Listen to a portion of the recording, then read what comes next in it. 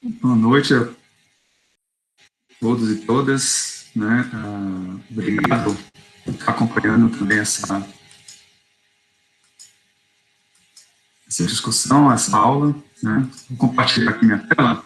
Então, a gente vai dar continuidade à parte da aplicação da aprendizagem de máquina em ciências dos materiais, uma outra prática, né? A prática passada, mais uma introdução em termos de aprendizagem de máquina, né? Com dados que estavam relacionados à questão de diabetes, né? Mas hoje a gente vai estar fazendo uma aplicação direta com ciência dos materiais, né? E um outro ponto importante é que eu vou tentar fazer uma conexão do que a gente vai investigar aqui, nesse laboratório, e a parte de primeiros princípios, né?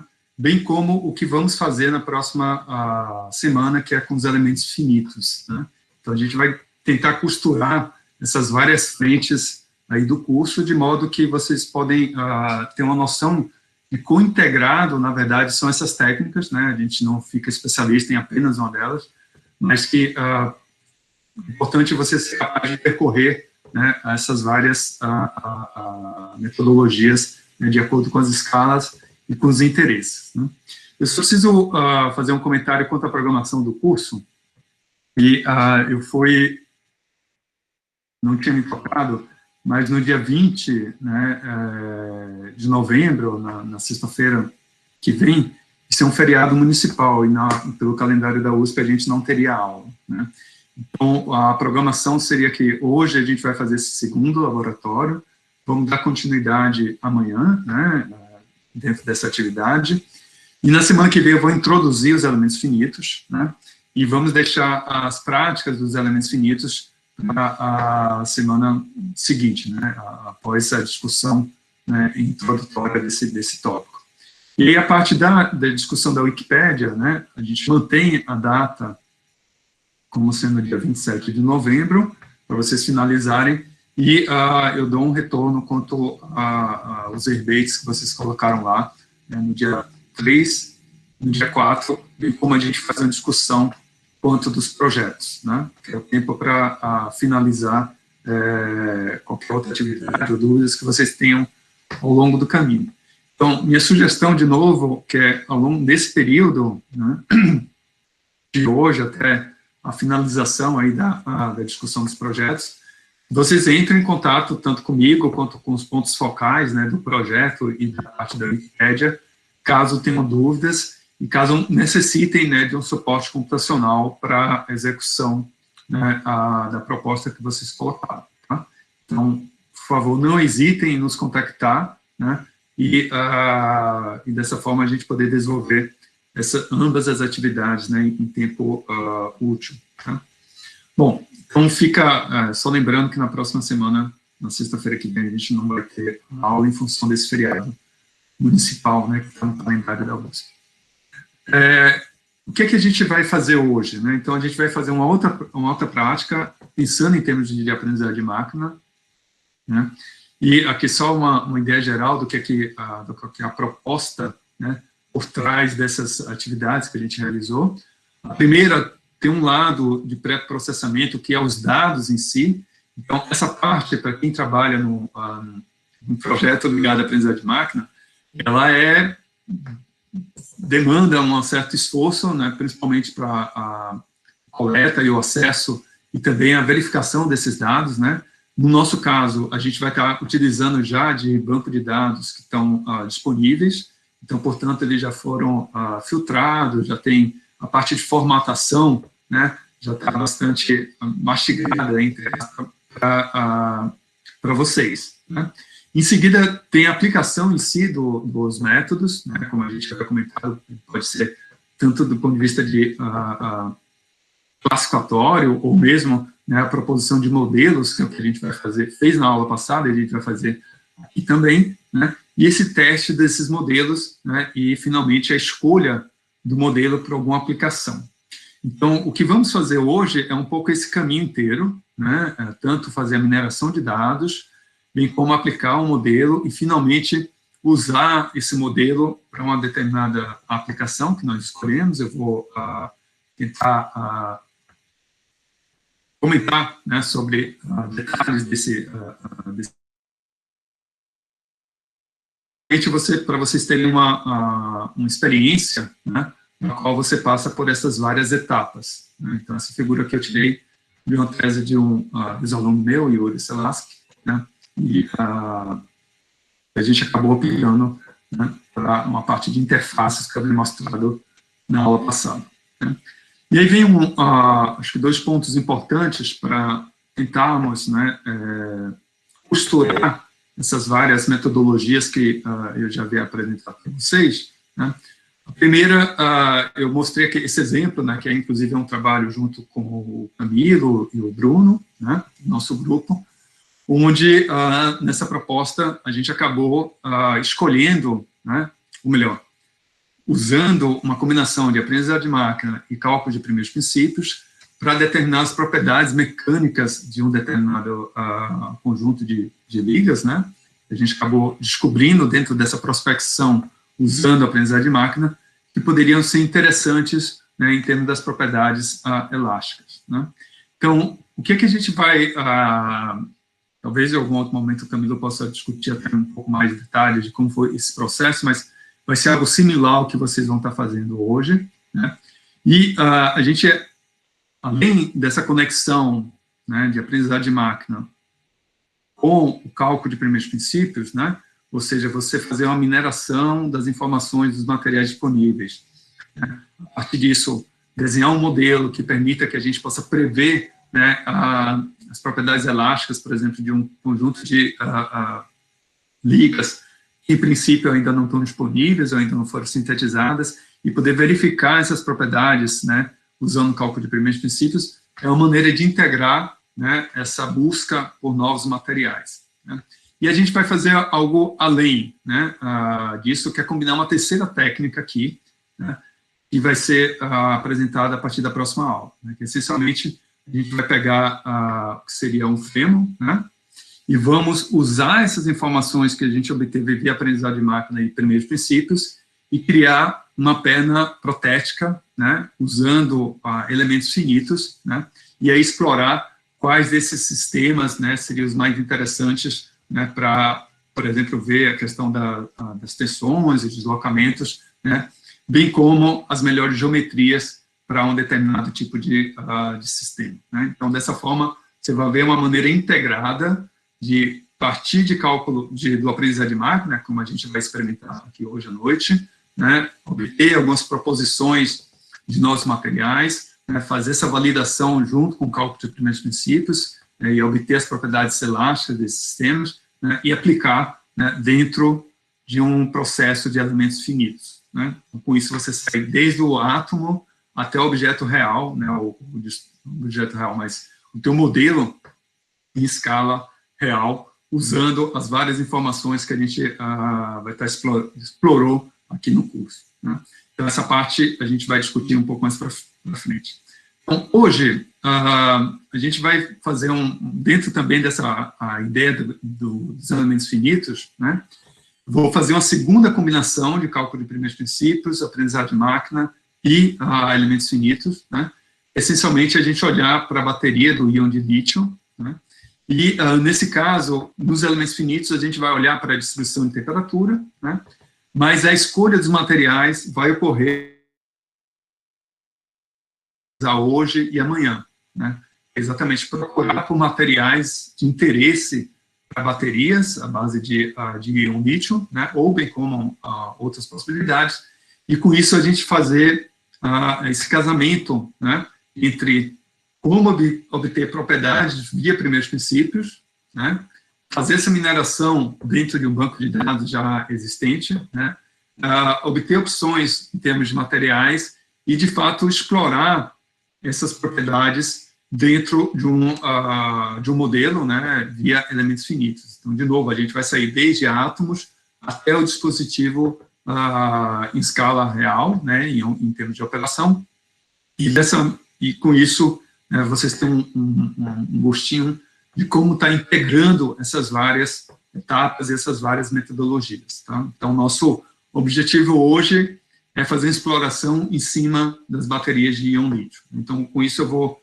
antes de passar a palavra ao Camilo, vou fazer vou contextualizar o problema, né, e depois a gente vai partir para a prática. Tá?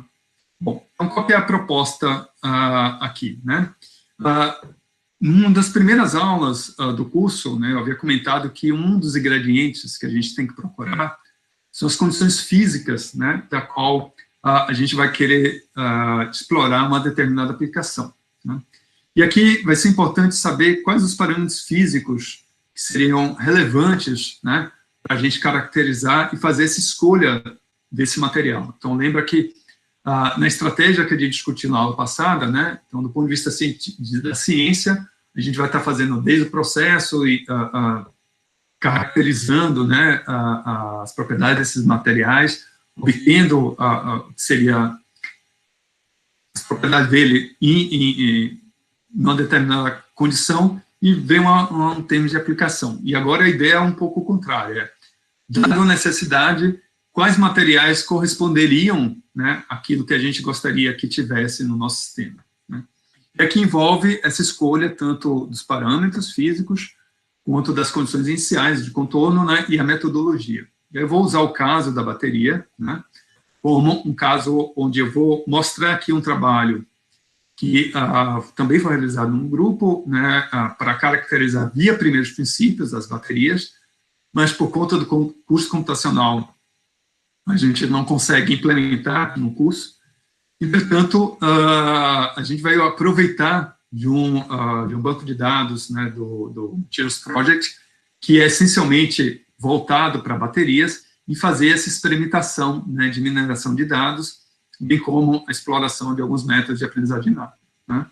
Em seguida, uma vez que a gente tiver selecionado esses materiais, as propriedades, aí a gente vai aplicar na próxima semana, na próxima aula, né, dentro de elementos finitos. E aí, com isso, você vai percorrendo, né, as várias frentes aí possíveis em simulação computacional de materiais. Né? Bom, qual que é a ideia por trás? Né? A gente vai querer otimizar, né, fazer um design virtual de materiais, né, e aqui, essencialmente, partir desde cálculos de primeiros princípios, né, resolver a equação de Schrödinger para o nosso material de interesse. Né? No caso específico para a bateria, qual que é a proposta? É ser capaz de, dado uma composição, né, em uma estrutura que você gostaria de estar explorando, vamos resolver a equação de Schrödinger, né, e a solução da equação de Schrödinger, eu vou mostrar para vocês, vai nos permitir obter uma série de propriedades que, de fato, caracterizam uma bateria. Né? Por exemplo, a voltagem. Né? Então, mesmo antes desse material ser sintetizado, a gente consegue prever, via primeiros princípios, quem seria a voltagem, né, desse sistema, bem como parâmetro de rede, que é importante, por exemplo, para a gente identificar caso, né, durante a operação, haja um volume, um aumento muito grande do volume, então significa que vocês muito provavelmente já viram alguns filmes aí na internet de baterias que explodem, laptops e outras coisas mais. O que é isso, essencialmente? É que você está aumentando drasticamente o volume, né, do material e, portanto, ele acaba explodindo. Né?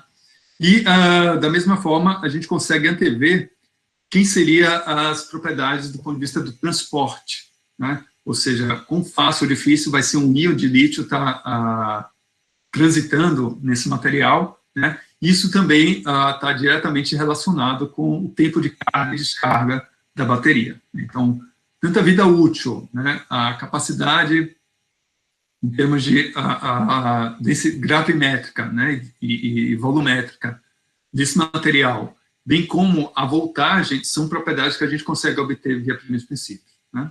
E a gente vai fazer uma exploração depois dentro desse banco de dados, né, que já explorava bastante para esse tipo de aplicação. Né? Bom, então, começando com a voltagem, né? O que é essencialmente a voltagem? A voltagem nada mais é do que o potencial químico do lítio. Né? Então, se a gente, como é que funciona uma bateria à base de lítio? Né? Então, durante o processo de carga, né, você tem elétrons indo na direção do cátodo para o anodo, né, passando pelo eletrolito, né?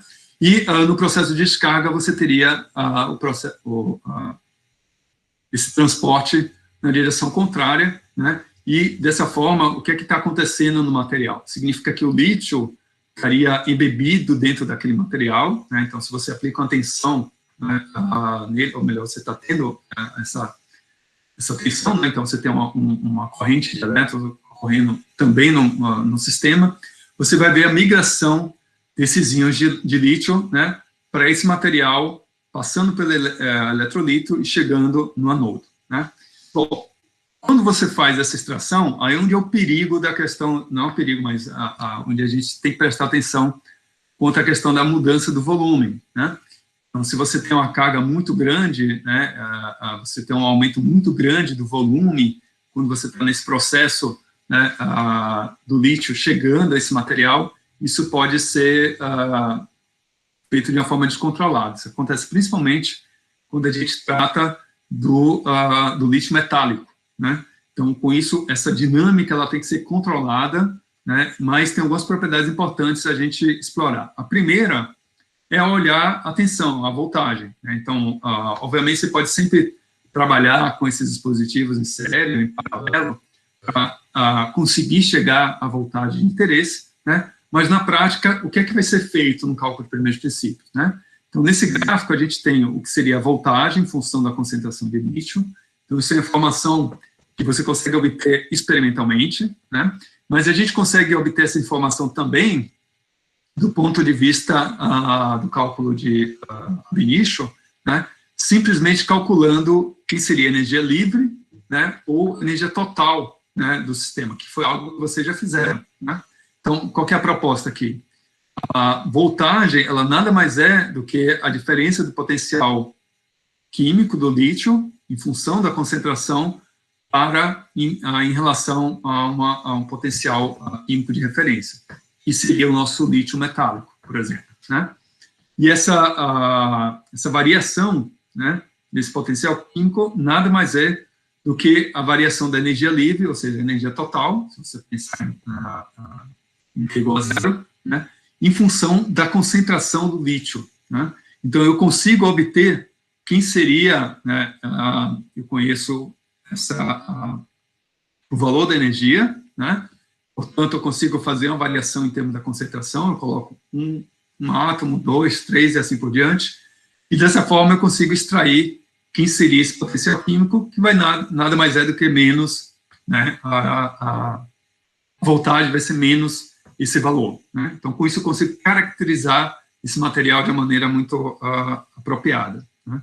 Então, a gente consegue varrer sobre uma classe muito grande de materiais, simplesmente calculando, né, quem seria essa propriedade via a energia livre, né? Bom, então, se eu estou interessado em baterias recarregáveis de lítio, e aqui eu sou mais provocativo, a gente também incluiu o magnésio, né? Por que o magnésio? Porque no caso do lítio, você tem apenas uma carga, né? Ele é mais um, né?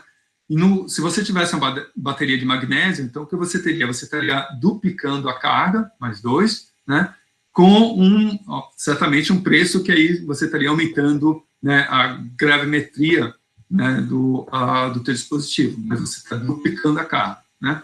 Então, as baterias são excelentes materiais para armazenamento, né, e conversão de energia.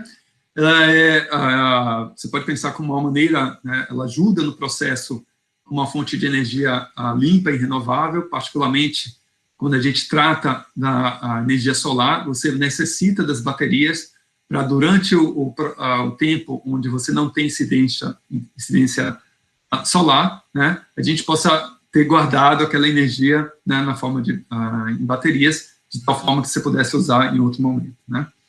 Só que, se a gente for pensar em termos de materiais, o que é que a gente precisa, né? É o tempo de recarga, né?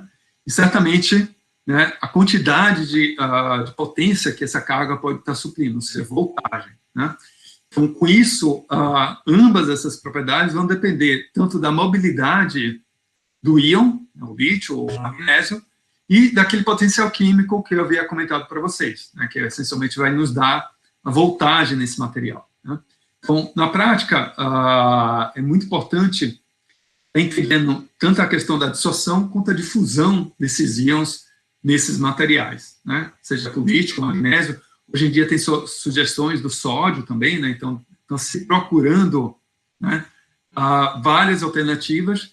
No caso particular do lítio, por conta de uma limitação, né? Se todo mundo resolver usar bateria de lítio, né, a gente vai ficar na dependência da Bolívia, de outros países, tal qual é a dependência do óleo, né? Então, essencialmente, você está mudando a geopolítica aí do problema, né? Mas não está resolvendo a questão de uma forma holística, né? Bom, então, se eu quero explorar esses temas, o que a gente fez foi explorar nanoestruturas, né? Que é interessante pelo fato do íon poder estar se absorvendo tanto dentro dessa nanoestrutura quanto fora, né? E nessa prospecção, via cálculo de primeiros princípios, né, a gente acabou obtendo quem seria a voltagem, né, bem como as energias de adsorção, né? Essas energias de adsorção, ela nos dá quão fácil vai ser a migração desse íon dentro do material da bateria, né? Então, portanto, se eu aplicar a tensão, né, a voltagem, ela nem tanto problemática, mas essa energia ela é bastante importante, né? Então, o que foi feito foi explorar esse lítio e o magnésio, né, para outros materiais, né, e com isso a gente poder verificar se são bons candidatos a materiais para cátodo, né, da bateria, né. E aqui, essencialmente, é a maneira como a gente calcula, né. Então, você tem a voltagem, aqui foi em função do raio dessa nanoestrutura. Se você tem, se você coloca o lítio na parte externa ou interna do tubo, né, e a voltagem nada mais é do que a energia total do sistema com lítio, né, o magnésio, menos a energia do sistema sem o íon, né, e essa energia do íon dividido por uma constante, né, que é a constante de Faraday, né. Então, essencialmente, e o número atômico, né, obviamente, do nosso sistema, né. Então, com isso, a gente consegue obter quem seria a voltagem desse material em função, por exemplo, do tamanho do íon, né.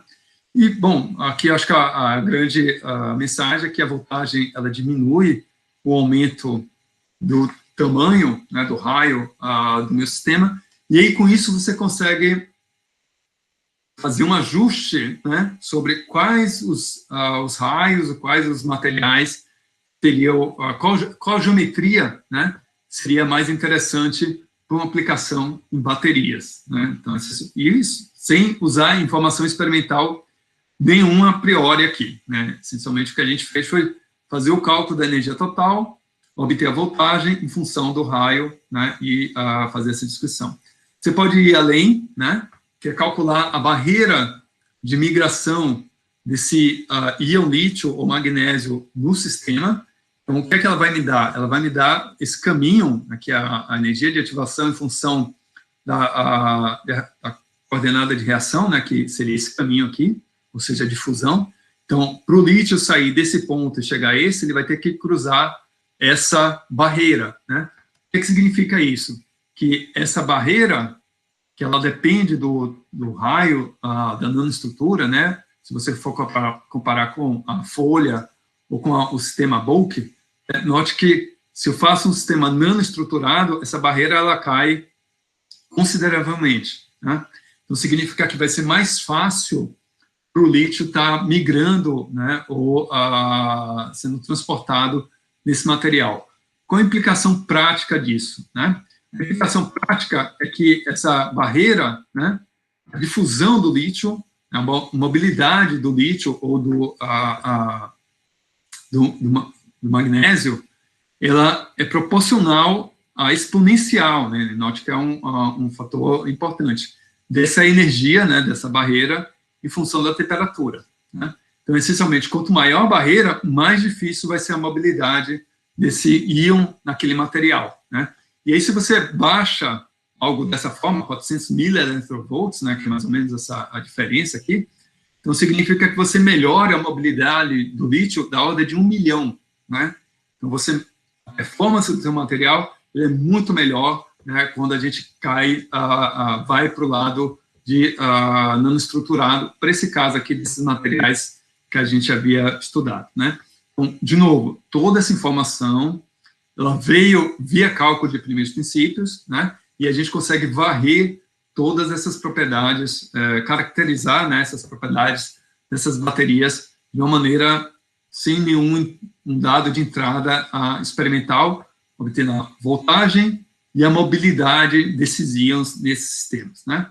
E com isso você consegue fazer um mapa, por exemplo, da energia de ativação em função da voltagem, né? E a gente entende agora qual o papel de cada uma dos materiais, né? Dos metais que a gente está incluindo, os metais de transição que estaremos incluindo nessa nanoestrutura, né? Bem como o papel também do raio, né? Se você está pensando no nanotubo ou em algum sistema em função da propriedade bulk, né? Então, esse mapa é quase que um atlas, né? A gente identificar, olha, se eu quero algo que seja melhor em termos de voltagem, né? Então, eu vou ter que procurar, né, sistemas que estariam mais próximo do bulk ou com esses metais, né? Ou procurar sistemas nanoestruturados, né, que tem a base do tungstênio ou do molibdênio, né? E dessa forma você tem, de fato, um mapeamento e uma intuição, né, sobre o que está acontecendo, né? Então, o que eu queria chamar a atenção para vocês aqui é que boa parte dos materiais, das informações dentro, né, do laboratório que a gente vai estar realizando, ela vem de cálculo de primeiros princípios, e essa é a ideia, né? A gente consegue obter tanto a voltagem, quanto, né, essas barreiras, né, essas energias de ativação, né, e, obviamente, pela estrutura, composição, né, a gente consegue ter uma ideia sobre a gravimetria, né, e propriedades volumétricas, densidade desses materiais, né? Então, só para dar um panorama, e certamente você pode comparar com resultados experimentais, né, e aí você vê, de fato, de novo, o poder que é o cálculo de primeiros princípios, né, de nos permitir uma predição dessas propriedades, né? Bom, o que a gente vai fazer hoje, né, daqui a pouco? Essencialmente, vamos fazer uma procura, uma mineração de novos materiais, só que, você vê, aquilo ali foi tudo, né, foram duas teses de doutorado, uma na MIT e outra na UFABC, para explorar esses três materiais, né? Então, foi todo um processo para obter todas essas propriedades. E o que aconteceu nos últimos anos é essa capacidade da gente poder fazer isso em escala, né, ou de forma massiva, né, que foi essencialmente o que esse pessoal do Materials Project fez, né? Todas as combinações possíveis, né, eles foram obtendo pequenos dados, né, quanto à voltagem média, né, a capacidade volumétrica e a capacidade gravimétrica de uma série de materiais, né, explorando várias propriedades, né? Acho que durante a oficina o Camilo vai comentar um pouco mais sobre isso, né? E o que a gente vai fazer? Bom, a gente vai estar procurando, primeiro vamos fazer uma mineração em cima desse banco de dados, dado o intervalo de nosso interesse, né? Então, com isso você consegue estreitar o número de opções, né? Uma vez que você tem esse conjunto de opções, agora a gente vai procurar por variáveis descritivas, ou seja, quais são os potenciais variáveis-alvo, né? Se eu estou procurando por desempenho, o que é que eu quero olhar, né? E aí, com isso, a gente consegue fazer uma investigação sobre correlações da composição do material e o grupo espacial, né, as propriedades estruturais desse sistema, né, em função da estrutura cristalina do composto, né? Então, você vai ver que várias das propriedades vão vir dessa prospecção, né, e, de novo, a gente consegue estreitar ainda mais, né, o leque de opções dentro do que nós queremos, né, para uma determinada aplicação, por determinado desempenho, né? E, em seguida, a gente vai fazer uma outra abordagem, que é fazer uma modelagem em função dessas informações, né? E aqui a gente vai usar a metodologia de florestas aleatórias, né? Eu vou, Na prática, a gente vai comentar um pouco mais, mas nada mais é, né, do que uma árvore de decisão, só que agora você vai estar, de uma maneira aleatória, né, gerando essas várias árvores e olhando por pesos, né, a partir de uma média que você pode estar determinando o peso que você estaria dando para cada árvore, né? Por isso esse nome floresta, né, e ao mesmo tempo, né, a questão aleatória vem disso, dessa formação, dessas decisões, né, da maneira como que pode ser feita de uma forma aleatória ou você colocar um certo bias durante essas decisões, né? Então, um caso que, só para entender o que é feito, né, não é nenhuma mágica em termos de aprendizado de máquina, eu, de novo, volto a usar esse exemplo que o Yuri trouxe na tese dele. Ele fez o seguinte questionamento, né, só como uma ilustração, né? Então, a pergunta que vai ter que ser respondida do meu modelo é: qual a possibilidade de se jogar tênis, né? Bom, conhecendo o Yuri, vocês vão, para quem o conhece, né, ou já conheceu, né, você vê que é muito interessante ele ter escolhido esse exemplo que não acaba não sendo tão muito próximo do espírito da personalidade dele, mas é sim ou não, né? Bom, então o que teria? A gente teria toda a informação sobre o clima, né, umidade, velocidade do vento, temperatura, projeções em termos de correntes, o que for, o que está sendo previsto, né, a curto e médio prazo, e vai ser feita uma série de perguntas, né, de tal modo que você vai estar do tipo sim ou não, e com isso você vai quebrando, né, criando essas novos galhos aí na sua árvore, né? Então, se o clima está ensolarado, né, aí a gente pergunta para se a umidade está ok ou não, e a partir disso, né, se eu sigo esse caminho, minha resposta no meu modelo vai ser sim. Se eu sigo esse outro, minha resposta é não. Isso é feito, né, de uma maneira, para cada etapa, né, você tem uma decisão a ser tomada, que você pode colocar pesos e propriedades de interesse, né? Então, o que a gente vai fazer um pouco nesse mesmo espírito, né, dentro daquele contexto das baterias, né? Finalmente, né, o que é que vai ser feito? Uma vez que a gente fizer esse modelo, né, agora a gente vai fazer uma avaliação que é olhar para a importância relativa de cada uma das propriedades, né, dentro dessa floresta, né, desse modelo, né, de florestas aleatórias.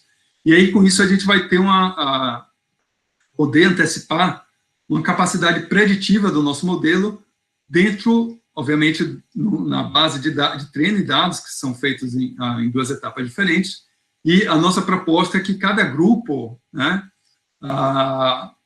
aqui dentro dos projetos, possa explorar diferentes propriedades-alvo, né? Então, com isso, a gente vai ter uma ideia mais geral do que é que essa exploração via aprendizagem de máquina vai nos permitir, né?